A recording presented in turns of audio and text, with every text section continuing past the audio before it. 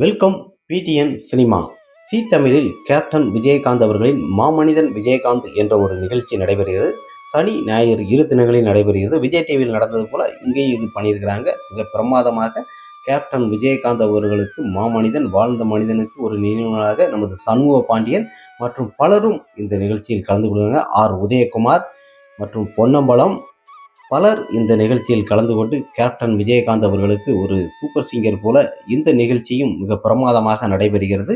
Captain Vijayakanth என்ற ஒரு மாமனிதன், ஒரு வள்ளல் நமக்கு தானு அவர்களே பேசியிருக்கிறாரு. நமது சண்முக பாண்டியன் அவர்கள் நம்ம வரும்போது ஒன்று கொண்டு போகிறதில்ல, போகும்போதும் ஒன்று கொண்டு போகிறதில்ல, முடிஞ்ச அளவு மக்களுக்கு மிகப்பெரிய ஒரு நன்மையை செய்யணும் அப்படின்னு சொல்லுகிறாரு. ஒரு வசனம் அனல் பறக்க ப்ரோமோ வெளியாகிருக்கு. இன்னொரு விஷயம் என்னன்னா, இங்க இருக்க மக்கள்கள் எல்லாருமே நல்லது செஞ்சாரு. மதுரையின் மைந்தன் நமது கேப்டன் விஜயகாந்த் அவர்கள் மதுரையை சுற்றியுள்ள தாழ்த்தப்பட்ட சமூகத்திற்கு கேப்டன் விஜயகாந்த் அவர்கள் ஏக்கர் கணக்கில் நிலம் கொடுத்திருக்காரு. நிறைய வீடுகள் எல்லாம் பண்ணி கொடுத்திருக்காரு. அந்த நிகழ்வும் இந்த டிவியில் இப்போ வெளியாக போது நம்ம பார்த்து மகிழ்வோம். மிக சிறப்பான ஒரு விஷயமாக சண்முக பாண்டியன் இந்த நிகழ்ச்சியில் கலந்திருக்கிறாரு. விஜய் டிவி சூப்பர் சிங்கோட இந்த சி தமிழில் இப்போ நடத்த போகிற நிகழ்ச்சி பார்த்தீங்கன்னா, கேப்டன் செய்த தான தர்மம் எவ்வளவு என்ற அளவுக்கு மிக பிரமாதமாக இந்த நிகழ்ச்சி நடைபெறுகிறது.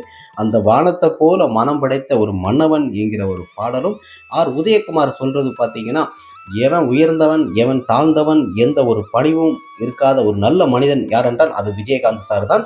அது மாதிரி மக்களுக்காக வாழ்ந்த ஒரு வள்ளல் யார் என்றால் ஒரு தர்ம பிரபு நமது கேப்டன் விஜயகாந்த் என்று தானு சொல்லும் ஒரு வசனமும் இடம்பெற்றது. மிக சந்தோஷம்.